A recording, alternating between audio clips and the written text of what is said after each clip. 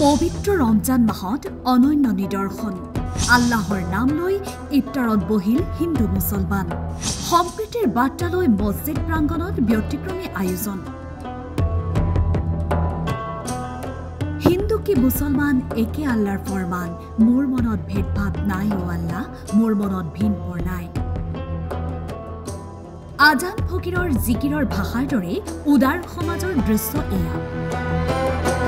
পবিত্ৰ ৰমজান মাহতে সম্প্ৰীতি আৰু ভাতৃত্ববোধৰ বাৰ্তা বিলাই সমাজলৈ সুন্দৰ নিদৰ্শন দাঙি ধৰিছে তেওঁলোকে সঁচাকৈ বহুত ভাল লাগিছে আজি যি আমাৰ ডিকমৰ জ্যোতি জনকল সংঘৰ তৰফৰ পৰা আমাক এই ৰমজানৰ পবিত্ৰ মাহত এটা ইফতাৰী যিটো আমাৰ দিনত লঘোণ থাকি সন্ধিয়া টাইমত খোৱা হয় সেই আয়োজন কৰিছে আমাৰ কাৰণে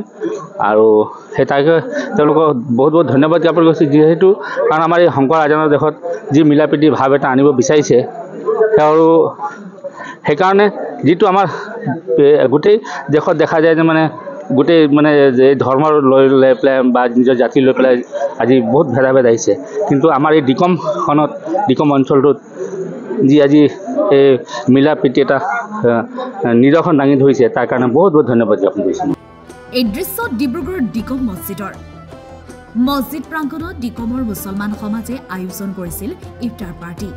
এই ইফতাৰ পাৰ্টিলৈ নিমন্ত্ৰণ জনোৱা হৈছিল বিভিন্ন ধৰ্মাৱলম্বী ৰাইজক পবিত্ৰ ৰমজানৰ পবিত্ৰ সন্ধিয়াত দৰদী মুছলমান সমাজৰ নিমন্ত্ৰণ ৰক্ষা কৰি উপস্থিত হৈছিল বিভিন্ন প্ৰান্তৰ বিভিন্ন ধৰ্মৰ লোক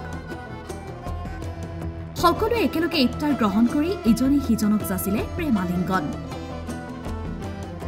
পূৰ্বৰে পৰাই বিভিন্ন জাতি জনগোষ্ঠীৰ মিলনভূমি হিচাপে খ্যাত ডিকমত হিন্দু ধৰ্মৰ লোকসকলে আয়োজন কৰা বিভিন্ন উৎসৱ পাৰ্বণতো দেখা পোৱা যায় এই মিলন এনাজৰী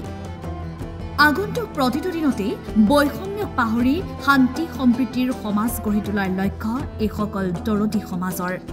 বিচাৰিছে সকলো ৰাইজৰো সহায়